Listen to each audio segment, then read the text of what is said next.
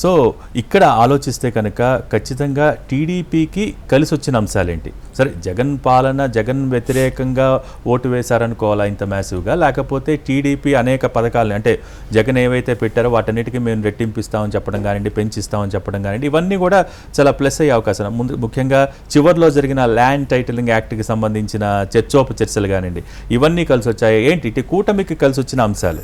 మెయిన్గా కూటమిగా కలిసి వచ్చిన అంశాలు ఏమిటంటే జగన్ వస్తే గుడ్ గవర్నెన్స్ వస్తుంది అనేది ఒకటి నమ్మకం. దాని తర్వాత నెంబర్ 1 అది.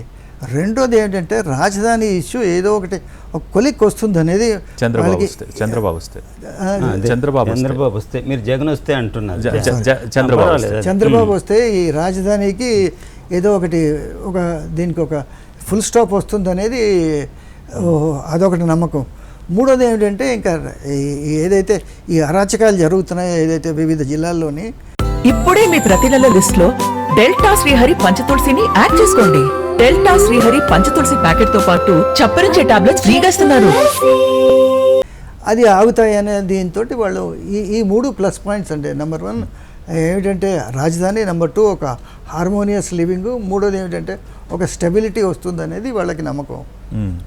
రైట్. శ్రీరామ్ గారు మీరేమంటారు? అంటే పర్టికులర్గా ఆలోచిస్తే ఇప్పుడు 3 రాజధానులు అనే కాన్సెప్ట్కి ప్రజలు వ్యతిరేకం అనుకోవాలా, లేకపోతే ఇవన్నీ కూడా జగన్ వ్యతిరేకతలో కొట్టుకుపోయా అనుకోవాలా?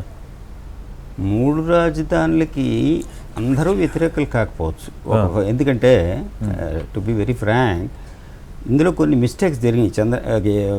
అప్పుడు టీడీపీ గవర్నమెంట్లో ఉన్నప్పుడు చాలామంది very very wise learned people చెప్పారు, ఇంత పెద్ద రాజధాని పెట్టడం అవసరం లేదండి, దీన్ని తక్కువ ఒక 5,000 ఎకరాల నుంచి 10,000 ఎకరాల్లో పరిమితం చేయండి, చేసి ప్రాక్టికల్గా let's complete this within 2-3 years or 5 years అని. అది ఆయన ఒప్పుకోలే. ఎందుకంటే ఆయన ప్లాన్స్ వేరు, ఆయన పథకాలే, ఆయన విజనరీ. మనం అందరం రేపటి గురించి ఆలోచిస్తాం, కానీ వారి అనుయాయులు చెప్తుంటారు what world thinks tomorrow Chandrababu thinks today అని. ఆయనకి ఇది ఉంది, ఏది కాన్ఫిడెన్స్, నేను ఏదైనా చేయగలను, ఏదైనా ప్రజలను మెప్పించగలను.